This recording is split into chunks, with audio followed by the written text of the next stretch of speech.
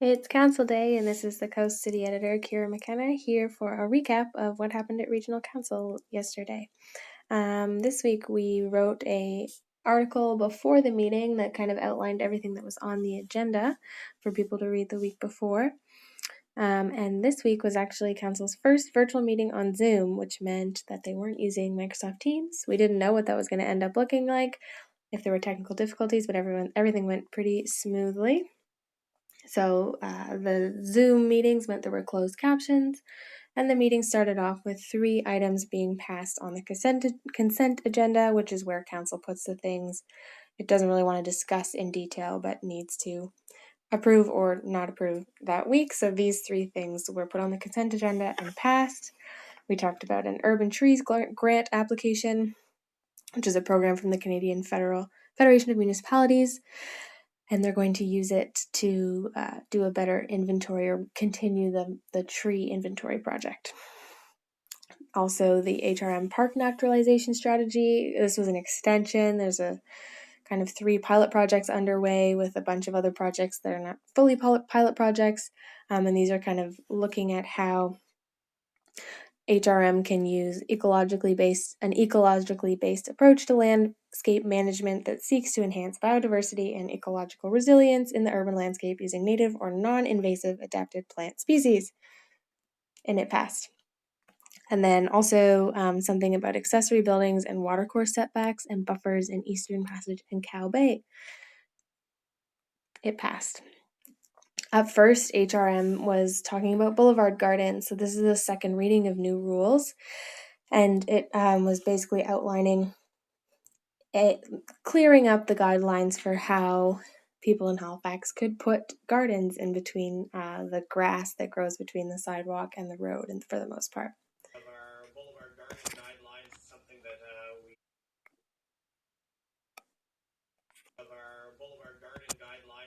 that we raised, I think, about a year and a half ago. So it's great to see some clarity brought to this, because in the past, if you called 311 and asked, "Well, can I garden that stretch?" The answer you get back would vary very much, because it was all a gray zone, and so it's good to have some nice concrete rules that are not that are very permissive too. So kudos to staff for the work on this. So that was just Sam Austin kind of giving the outline. It was he who brought the agenda item forward originally, I think 3 years ago now. So you can grow gardens like this in Halifax now, and it's much clearer as to what you can and can't do. You can't put like a big wooden box, and there's a list of invasive species you're not allowed to plant, one of which is goutweed. Don't ever plant goutweed.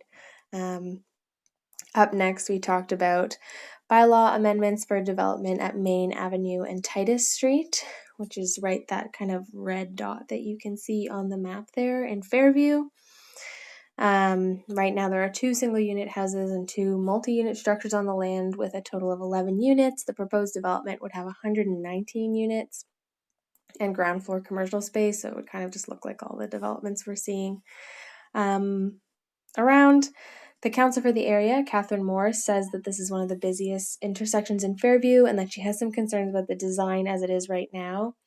She mentioned that the driveway as it is right now might not even be legal, and she's concerned about the plan to go right up to the corner with no setback. So the plan is to use 100% of the lot for the building, which is kind of unique to Fairview that kind of a thing is allowed. So this is what we're looking at. 119 units, uses up that full lot, and it's right in behind Councillor Morse right there is the lot that will be built on. So she asked council to reconsider the Fairview specific rule that allows the development to take up 100% of the lot. She says that can overwhelm the sidewalk and means there's no real landscaping, which in that area is going to be a bus rapid transit route as well. So an amendment was made so that 100% of the lot could be reconsidered. And then also a motion for a supplementary report to look at that zoning rule in Fairview. And both of those things passed. And then up next, this was on the consent agenda and Councillor Pam Lovelace took it off. It's just ensuring that there's a final chunk of land that to be given to the Wallace Hills Reserve. And this chunk of land didn't go, I think, back in 2017, 2011, when most of the land was given over.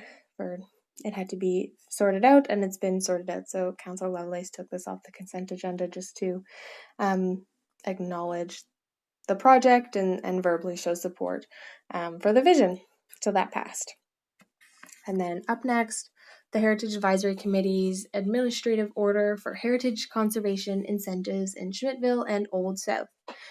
So both Schmidtville and the Old South suburb are considered heritage conservation districts in Halifax. There's already an incentive program for heritage properties, individual buildings with heritage status, not just properties within a designated heritage district. That program matches heritage conservation construction up to $15,000 for residential and $25,000 for commercial properties. This new program that they voted on, looks to support exterior conservation work in these two neighborhoods, Old South Suburb and Schmidtville, as well as functional improvements. It's kind of mirrored off of the Barrington Street heritage conservation process that was relatively successful, and is the reason you're seeing a lot of the historic properties along that Barrington Street kind of downtown facade being done fairly well. So Councillor Wayne Mason, the councillor for the area, said that this is a long time coming and that it's a great day for heritage conservation in the district. There's two proposed grant streams with this program. So the conservation grants would assist with projects that preserve, rehabilitate, and restore the character-defining elements of the exterior of the building. The maximum total conservation grant allowable for each building is $50,000 over the 5-year program. And then there are functional improvement grants that can help for like inside stuff, essentially. $160,000 would be available to property owners annually over 15% costs associated to cover 15% of costs associated with material and labor for upgrades. So basically this program is just that HRM has decided it wants to conserve historical elements of the neighborhoods, and it wants to incentivize people who own those houses to do that. So they're going to pay for some of it. They'll pay for some of the renovations. And so that passed. Then Councillor Morse brought forward a motion asking to see if HRM could get a staff report to look at extending municipal insurance or operating grants to help community groups set up community ice rinks. And there was some discussion about how this has kind of already come to council quite a few years ago, but that insurance is like one of the main barriers to these things, and that the staff report would kind of get into the details of why. Councillor Patty Cuddle wanted to broaden the report to look at community amenities and facilities, and amending a notice of motion from a councillor is not common, but it was considered friendly, but they voted on it and it didn't pass. So we will eventually get a staff report on the feasibility of HRM extending insurance or other grants to community rinks that will come back to council.